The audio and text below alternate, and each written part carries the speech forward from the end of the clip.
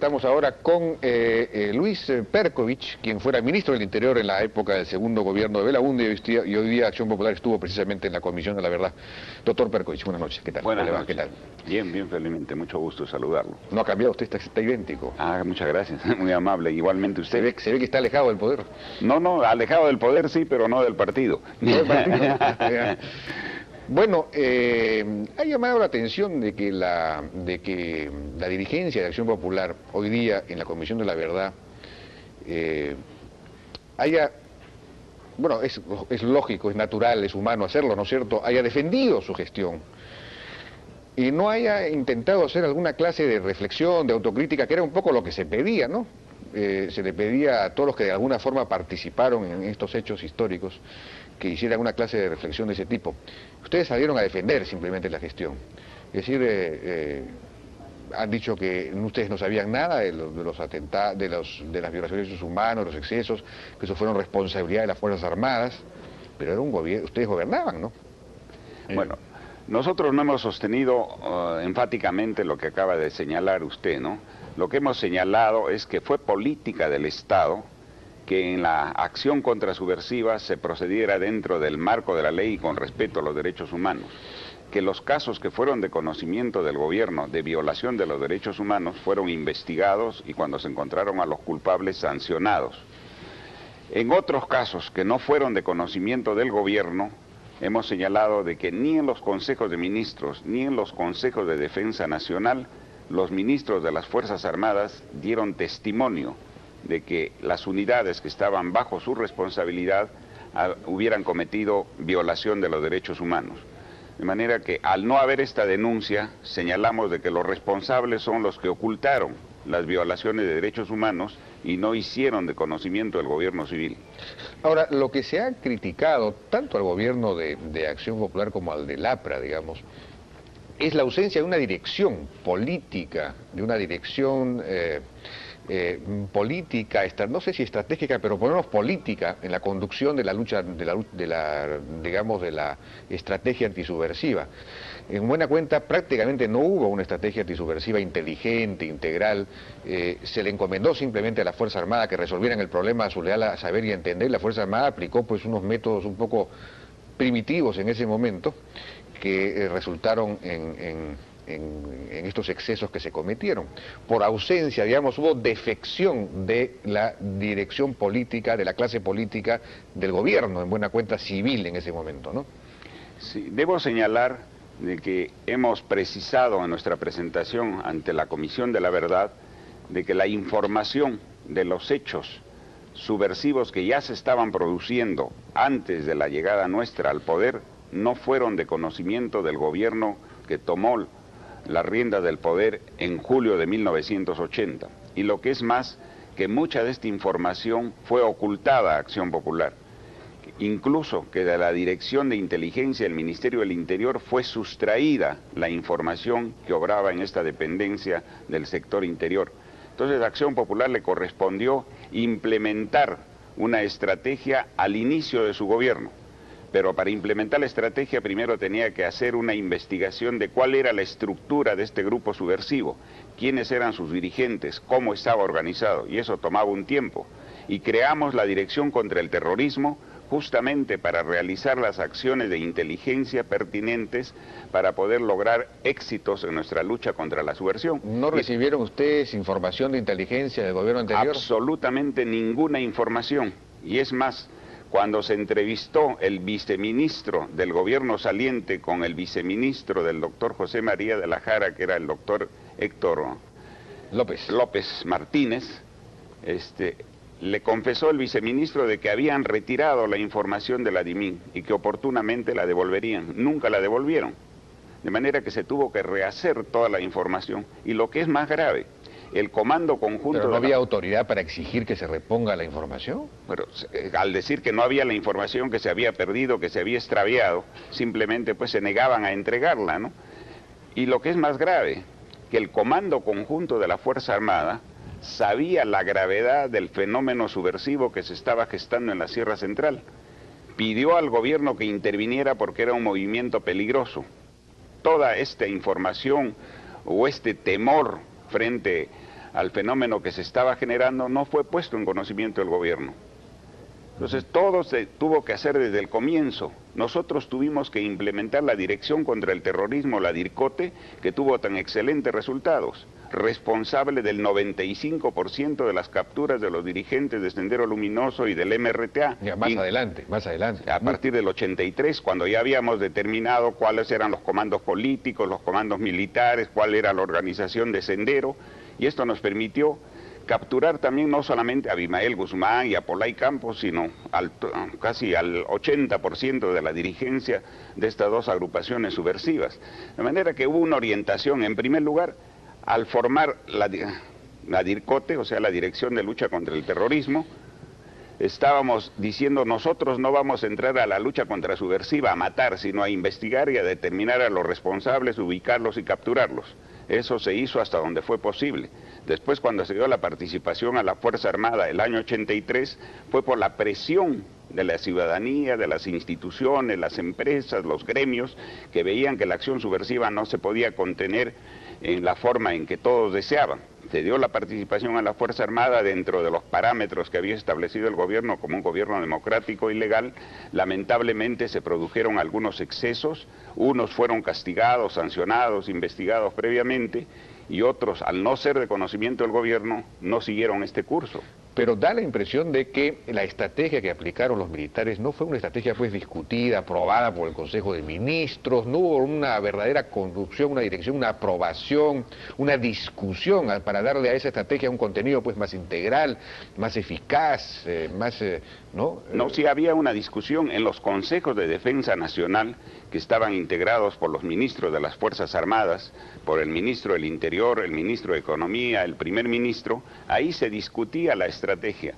Esa estrategia fue cumplida. Lo que se ocultó fueron los hechos aislados de violación de los derechos humanos. Algunos fueron descubiertos y, como le digo, investigados y sancionados. Otros, lamentablemente, no tuvieron ese destino. Pero fue una estrategia pues que no dio resultados, no funcionó. El senderismo siguió avanzando luego del 85 al 90 y recién pudo empezar a ser controlado a partir del 90, digamos, en adelante, ¿no? Digamos, hubo 2 o 3 años en los cuales se parecía que Sendero iba a ganar la guerra, ¿no? Fue una cosa muy grande, muy terrible. Permítame mostrarle un cuadro que contradice su afirmación. Este cuadro que tengo acá, lo que está con azul es el esquema o esquematiza el número de muertos que hubo durante el gobierno de Acción Popular. Como se ve, el año 83 y 84 fue del más alto nivel. El 85 baja 791, lo que determina que la estrategia que se llevó a cabo de alguna manera dio resultado, porque se redujo el número de atentados y el número de muertos. Y eso siguió el año 86, el año 87 comenzó a subir, bajó al año siguiente y luego ya la espiral creció. Entonces, esta época del 83 al 84 se le ha llamado la época del enfrentamiento con Sendero Luminoso. Fue la época, el periodo más duro. Y como le digo, el esquema el resultado determina de que hubo una lucha eficaz. Y es más, Abimael Guzmán, cuando fue capturado, dijo que el año 84 estuvo a punto de ser derrotado por la acción contrasubversiva. Pero, bueno, lo que se produjo fue la famosa diáspora, ¿no? Digamos que salieron de Ayacucho muchas de estas personas y se difundieron por todo el territorio nacional. Ese sendero se expandió y empezó a asentar sus reales en muchas otras provincias y departamentos donde no estaba antes. Eso fue lo que produjo esa estrategia. Sí, pero el hecho de que hubiera salido de Ayacucho no quiere decir que hubiera disminuido su acción subversiva y sus atentados tanto a la propiedad como a las personas. Lo que pasa es que ya no tuvo capacidad para seguir con la misma virulencia que tuvo en los años previos. Fue disminuido en su capacidad. En realidad... No, este cuadro estadístico demuestra fehacientemente cuál demuestra, este es un cuadro de los muertos. De los muertos. Así es, esto está incluyendo todos los excesos. Acá no están, estos son muertos que han sido contabilizados en las acciones de enfrentamiento. Aquí no están los supuestos desaparecidos. Como dije en la mañana, Amnistía Internacional el año 85 dijo que habían habido durante los años 80, pero 85... en los enfrentamientos hubo pues muchos muertos civiles inocentes. A eso nos estamos refiriendo, ¿no es cierto? En una lucha, lamentablemente, como en todas las luchas, cuando están en el frente de batalla, mueren inocentes y culpables, ¿no? Pero digamos, es sabido que esta acción efectivamente logró dispersar un poco la gente que estaba en Ayacucho, pero se dispersó a nivel nacional. Y entonces tuvieron ya en la época del APRA que hacer una represión aún mayor, porque había crecido Sendero, no había disminuido, ¿no? Entonces ese es el problema. No, pero había disminuido no en 6 meses, en un año. Durante 3 años estuvo abajo. Quiere decir que necesitó 3 años para reagruparse Sendero y volver a generar acciones de relativa importancia. Durante esos 3 años estuvo disminuido y al borde de la liquidación. Lamentablemente las estrategias, no sé qué es lo que falló, fracasó y no permitió que esta etapa de lucha contra Sendero culminara exitosamente. Bueno, yo le hacía esta observación acerca de la, digamos, carencia de una dirección política, de una conducción civil de este asunto, porque eso se ha reflejado de alguna manera en otro tema que han sostenido ustedes hoy día, de que Sendero Luminoso no es un partido político, y precisamente por haberlo definido, no haberlo considerado un partido, también un partido político, era un partido político en el sentido de que era un partido, se llamaban a sí mismos Partido Comunista del Perú, por el Sendero Luminoso de Mao Zedong, era un partido maoísta con ideología, una ideología violentista, para tomar el poder, pero era un partido político, entonces tenían una ideología y trataban de persuadir, de proselitizar a la gente. Entonces, al no haberlo definido, diagnosticado como partido político, no se dio también una lucha en ese terreno. No, la lucha también se dio en el terreno político, pero dar la lucha en el terreno político no significaba la obligación de reconocer como partido político.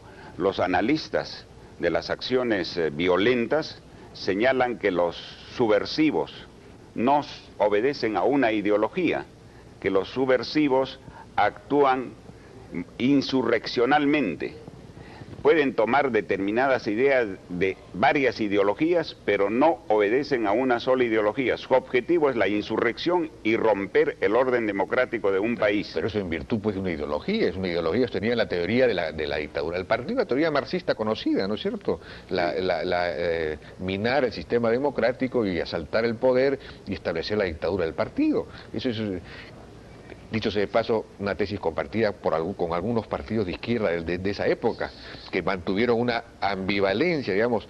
Incluso la propia esa gente de izquierda de alguna manera ha reconocido vacilaciones, no han reconocido plenamente que tuvieron una ambivalencia tan clara frente a Sendero, ¿no es cierto? Pero Acción Popular no ha reconocido nada. No, nosotros hemos reconocido, yo lo dije, que ellos adoptan determinadas ideologías, o sea que hacen una mistura de ideologías, pero no obedecen a una ideología en concreto, que su objetivo es la insurrección y la captura del poder.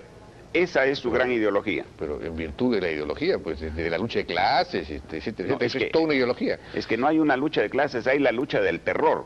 Ellos son terroristas, los de Sendero Luminoso son terroristas. Bueno, ya vemos, ya vemos pues, los problemas de diagnóstico influyeron entonces en la manera como se condujo esta guerra. No, pero ¿en qué otra forma pero ¿qué mixtura de ideologías? ¿Qué ideologías se mixturaron? Se dijo que Sendero Luminoso y Abimael Guzmán era maoísta, marxista, leninista. Una combinación de ideologías de esas tres corrientes, esas tres fuentes, pero al final de cuentas no obedeció en concreto a ninguna de esas fuentes, sino su objetivo fundamental y central fue sembrar el caos, el terror y generar la represión para justificar sus acciones. Esa fue su... Bueno, pero esas tres que usted ha mencionado son el desarrollo de la otra, ¿no? El leninismo desarrolla al marxismo y el maoísmo al leninismo, es una especie de continuidad. Así es. En última instancia es una sola. Sí. Y la cuarta espada era Abimael Guzmán. Bueno, no, pero eso es lo que ha pasado, ¿no? Ellos al final no obedecieron a ninguna de las tres ideologías. Zuckerman dice, los terroristas no tienen ideología. Y es un analista internacional. Pero ¿en virtud de qué hacen el terror? En virtud de la captura del poder. ¿Y por qué quieren capturar el poder? Porque quieren tener el poder en las manos y hacer lo que ellos se proponen hacer. Es un objetivo imaginario que nunca lo van a lograr. No, no, pero me imagino que quieren tomar el poder porque quieren implantar un tipo de sociedad, un tipo de gobierno que está pues en su ideología, ¿no? No es no son asaltantes delincuenciales del poder simplemente, ¿no?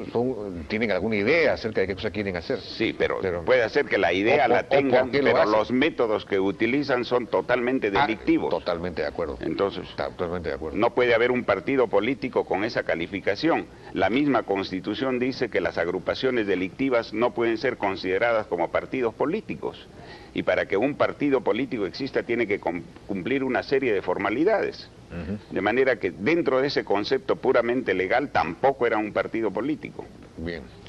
Doctor Perkovich, bueno, le agradezco su participación. No, yo le agradezco a usted por la invitación y espero de que gradualmente se convenza de que Sendero Luminoso no es un partido político, sino una banda armada. Es una banda armada sin duda, pero que era también un partido político, tenía pues su secretario general, su presidente, su secretario. Bueno, se puede tener una organización. Tenían una ideología, tenían unos documentos que sacaban, escribiendo, en fin, ¿no? Pero usaban métodos violentistas, métodos terroristas. Pero no tenían una organización de un partido político, no tenían bases de un partido político en diferentes partes del país, no obedecían a una determinada doctrina política, a un programa. Claro que era sí. una Pero claro que sí, doctor, pero se ve que ustedes no recibían información de inteligencia. ¿Cómo no? ¿Cómo no recibíamos? Recibíamos información de cosas ficticias, de cosas que no existían en la realidad, de que ellos propagandizaban, porque en la práctica no la llevaban a la realidad.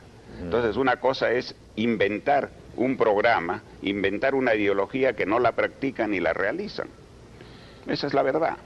Bueno. Doctor Pérez, muchas gracias por su participación.